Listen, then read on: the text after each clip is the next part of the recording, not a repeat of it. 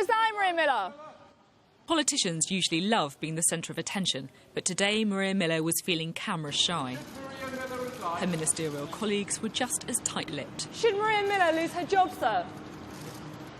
Should Maria Miller resign, Secretary of State?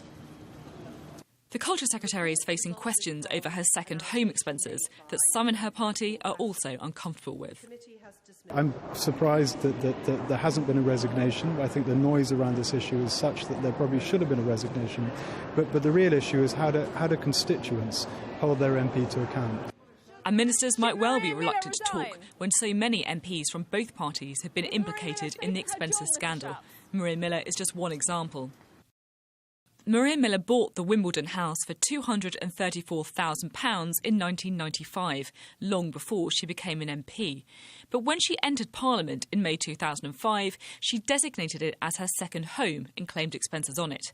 In January 2008, the mortgage was extended to £575,000, and she was entitled to claim mortgage interest on this. Behind the scenes, though, MPs are angry. I've spoken to Conservatives who feel that Maria Miller has reignited the toxic issue of MPs' expenses and that this is beginning to be about David Cameron's judgment. Things could all come to a head tomorrow when the 1922 committee of Tory MPs meets here. Allies of Maria Miller are furious at the lack of support. The Conservative MP, Mary MacLeod, sent a text message to some fellow Tories calling on them to support the Culture Secretary. She told Sky News the press have launched a campaign against her boss. In some of the newspapers, it's been like a witch hunt where, they don't like the work that Maria has done on Leveson and gay marriage, and therefore what they are trying to do is find a way to get her out of her job. Which newspapers have been part of a witch hunt? Well, I think you only need to look at the newspapers to see which ones have been at the centre of this.